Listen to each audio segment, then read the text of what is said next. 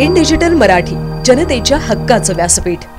बदलापुरातील चिमुकल्या मुलींवर झालेल्या अत्याचार प्रकरणी राष्ट्रीय बाल अधिकार संरक्षण आयोगाकडून आज चौकशी करण्यात आली।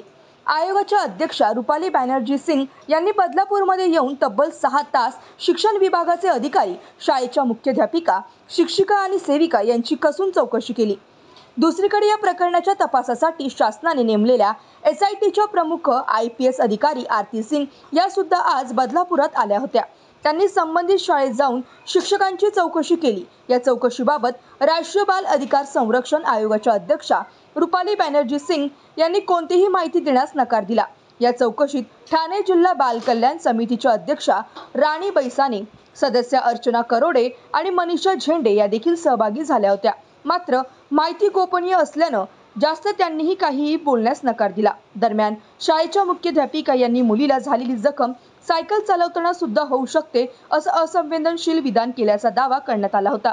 याबाबत चौकशीसाठी आलेल्या मुख्याध्यापिकांना विचारलं असता त्यांनी काहीही प्रतिक्रिया दिली नाही।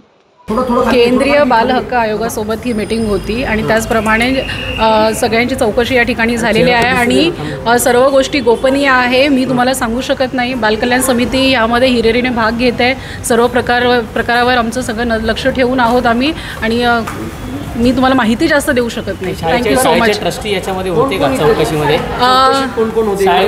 नाही, सर्व यंत्रणा आहेत, त्या सगळ्या मिळून काम करतायत। सगळ्यांची चौकशी या ठिकाणी चालू आहे। कोण आलेलं आहे?